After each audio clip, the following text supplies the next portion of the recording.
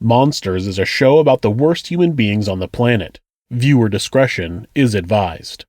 If you'd like to support the show, the easiest way is to donate a few bucks at buymeacoffee.com/monsters. There's more information about supporting us in the video's info or at our website thisismonsters.com/support.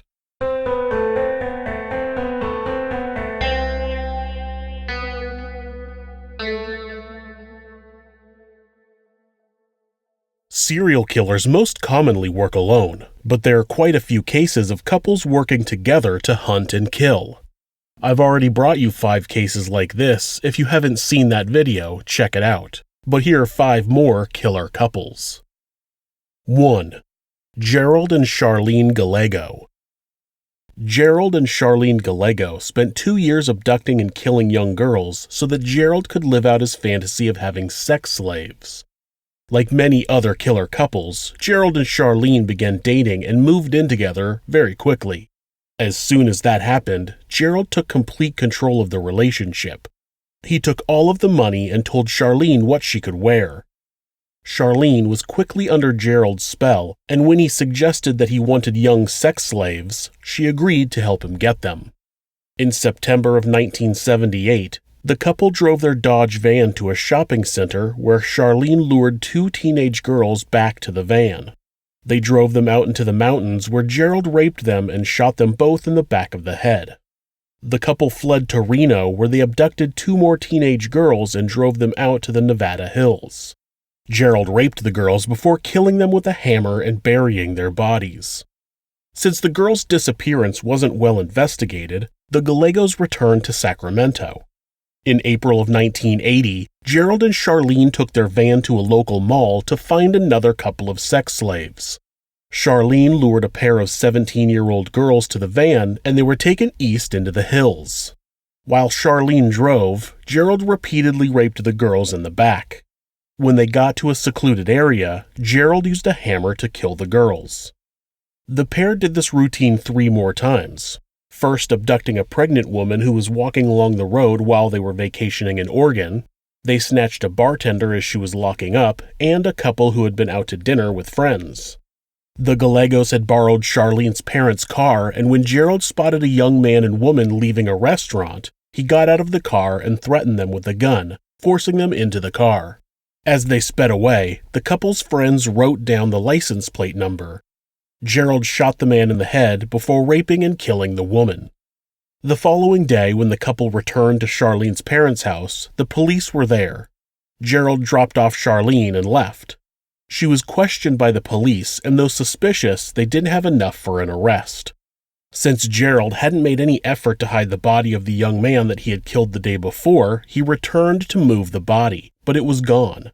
This is when they drove to Reno and got on a bus headed for Salt Lake City, Utah, then traveled to Denver, Colorado, and on to Omaha, Nebraska. Once in Omaha, Charlene called her parents and asked them to wire them some money. They agreed, then they turned around and told the FBI where the couple were. The pair were arrested at a Western Union office the same day. Charlene Gallego took a plea deal to testify against Gerald in exchange for a 16-year sentence. She was released from prison in 1997.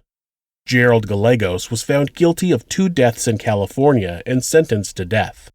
He was then tried in Nevada and found guilty of 2 murders and also sentenced to death. He died of cancer in prison in 2002. 2. James and Susan Carson. James and Susan Carson turned to a life of drugs and mysticism, which led them to murder 3 people in Northern California. James Carson's first wife took their daughter and fled the home due to his unusual behavior. He soon met Susan, and the 2 got married. They started going by the names Michael Bear and Susan Bear and got heavily into drugs. They also started studying various religions and would eventually call themselves, quote, vegetarian Muslim warriors, end quote. They claimed to be killing witches, homosexuals, and abortionists in the name of Allah. After traveling in Europe for a few years, the couple moved to San Francisco and lived with a roommate. In March of 1981, Susan claimed that she got orders to kill their roommate because they believed that she was a witch. She was stabbed 13 times and her skull was crushed. The couple fled to Oregon, where they lived for a year before returning to Northern California. In Alder Point, they worked on a marijuana farm where the two preached about anarchy and the coming apocalypse. James had an ongoing dispute with a fellow farmhand who he eventually shot in the head. He attempted to burn the body but was unsuccessful. He would later claim that the man was a demon who had sexually abused his wife. They fled the farm, and when authorities searched some of their belongings that were left behind, they found a list of people they wanted to assassinate, which included Johnny Carson and then-President Ronald Reagan. In March of 1983, a man picked up James and Susan as they were hitchhiking near Bakersfield. After a few hundred miles, the couple began arguing with the driver, and Susan decided that he was a witch. Eventually, the driver pulled over and started wrestling with James over his gun. Susan got out and began stabbing the man, which caused him to release the gun. James, now in control of his weapon, shot the man and killed him in the middle of the road in front of other cars. The police were called, and after a short chase, the two warriors were arrested. They initially pleaded guilty in exchange for a televised press conference. They went on television and confessed to the murders, claiming their victims were witches who needed to die. At trial, they withdrew their confessions and changed their pleas to not guilty. They were found guilty of all three murders and sentenced to 75 years to life in prison. They're suspected of killing more than 10 other people in the United States and Europe. 3. Judith and Alvin Neely. Judith Neely was one of the youngest women to be sentenced to death in the United States. Her and her husband Alvin Neely kidnapped, tortured, and murdered 2 young adults in Georgia. When Alvin Neely was 27 years old, he left his first wife and married 16-year-old Judith Adams.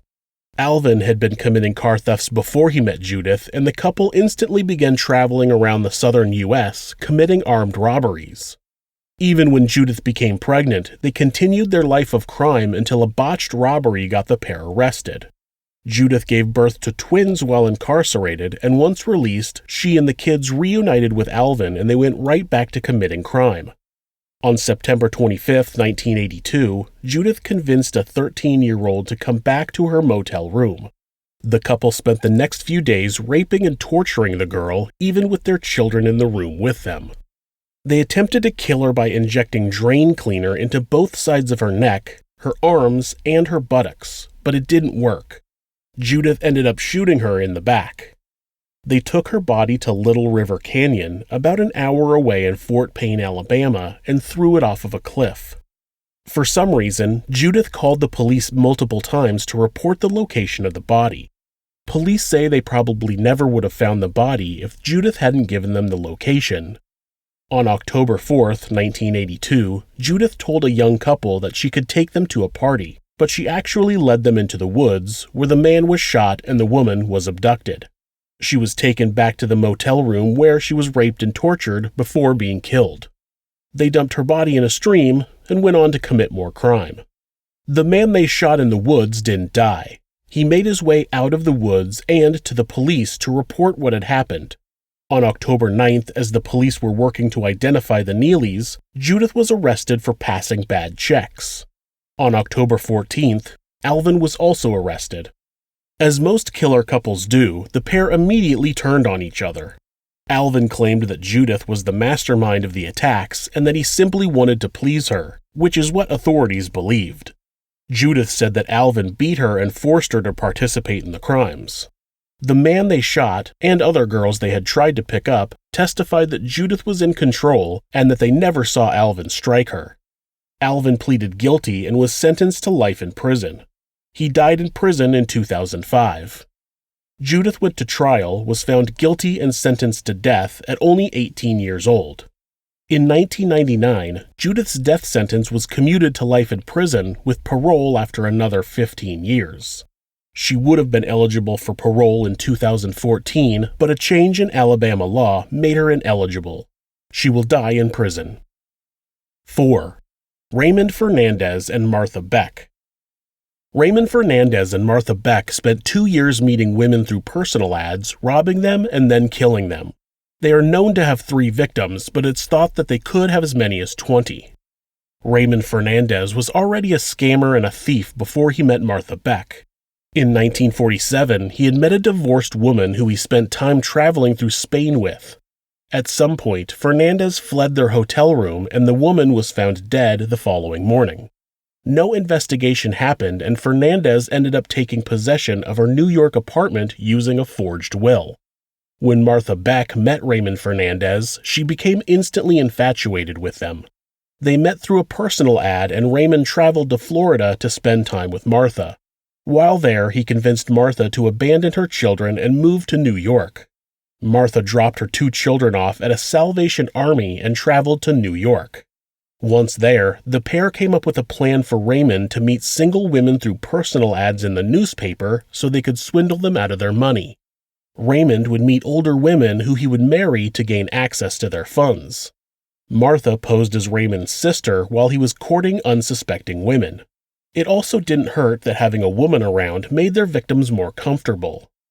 The first murder happened when Fernandez had become engaged to a 66-year-old woman and had her move into his apartment. When Beck came home and found them in bed together, she snapped and beat the woman with a hammer. Raymond would end up strangling the woman to death. When relatives started asking questions, the couple fled to Grand Rapids, Michigan. While there, they met a 28-year-old widow who had a 2-year-old daughter. Raymond gave the woman some sleeping pills to calm her down, and her drugged behavior upset her daughter. They ended up killing both the woman and her daughter before burying them in the basement of the woman's house. They then stayed in the house, which neighbors thought was suspicious, so they called the police and the couple were arrested. When police searched the house, they found the grave in the basement.